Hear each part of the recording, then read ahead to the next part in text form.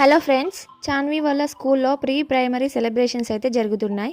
ఈ ప్రోగ్రామ్ అయితే 2024 ఏప్రిల్లో కండక్ట్ చేశారు. దీని గురించి మాకు 3 days ముందే ఇన్ఫామ్ చేశారు.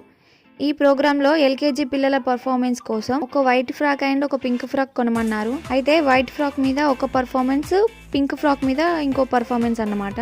స్కూల్లో ఇలాంటి ప్రోగ్రామ్స్ ఏమైనా ఉన్నప్పుడు టీచర్ అలా పిల్లలకు ఒక్క మాట చెప్పిందంటే చాలు, ఇంటికి వచ్చి పేరెంట్స్కి వాళ్ళు 10 సార్లు చెప్తారు కదా. అలానే చాన్వి కూడా ఇంటికి రాగానే డ్రెస్సులు కొనిమని పట్టుపట్టింది. ఇంకేముంది, షాపింగ్ తీసుకెళ్ళాము. చాన్వికి ఆల్రెడీ వైట్ ఫ్రాక్ ఉంది, అందుకని ఒక పింక్ ఫ్రాక్ అయితే తీసుకున్నాము.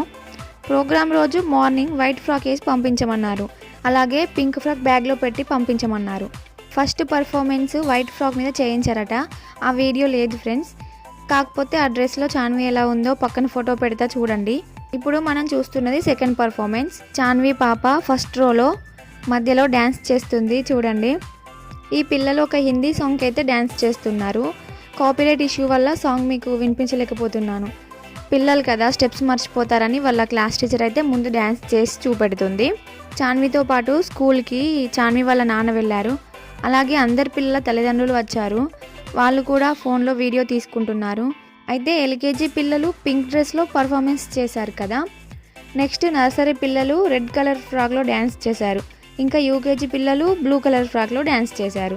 చిన్న చిన్న పిల్లలు కలర్ ఫ్రాక్లలో చూడడానికి చాలా క్యూట్గా అనిపించారు. ప్రోగ్రామ్ రోజు ఆఫ్టర్నూన్ లంచ్, తర్వాత స్నాక్స్, కూల్ డ్రింక్స్ స్కూల్ వాళ్ళే ప్రొవైడ్ చేశారు. ఇది ప్రీ ప్రైమరీ ప్రోగ్రామ్ కాబట్టి ఓన్లీ నర్సరీ, ఎల్కేజీ, యూకేజీ పిల్లల వరకే ఉన్నారు. తర్వాత డ్యాన్స్ పర్ఫార్మెన్స్ అయిపోయాక కొందరు పిల్లలు వెజిటేబుల్ నేమ్స్ చెప్పారు, కొంతమంది బాడీ పార్ట్స్ చెప్పారు, అలాగే రైమ్స్, స్టోరీస్, గుడ్ హ్యాబిట్స్ ఇలా చాలా చెప్పారు. వాళ్ళ చిట్టి చిట్టి మాటలతో ఇవన్నీ చెప్తుంటే పేరెంట్స్ అందరూ ఎంతో మురిసిపోయారు. ఒక్కోసారి వాళ్ళ మాటలకు నవ్వుకున్నాం కూడా. తర్వాత school principal and correspondent speech ఇచ్చారు. ఇలాంటి ప్రోగ్రామ్స్ ఉన్నప్పుడు పిల్లల్ని ఖచ్చితంగా స్కూల్కి పంపండి. అప్పుడే వాళ్ళు స్కూల్లో స్టడీ ఒకటే కాదు, ఇలాంటి ఎంజాయ్మెంట్స్ కూడా ఉంటాయని తెలుసుకుంటారు. స్కూల్కి వెళ్ళడంలో మరింత ఇంట్రెస్ట్ చూపుతారు.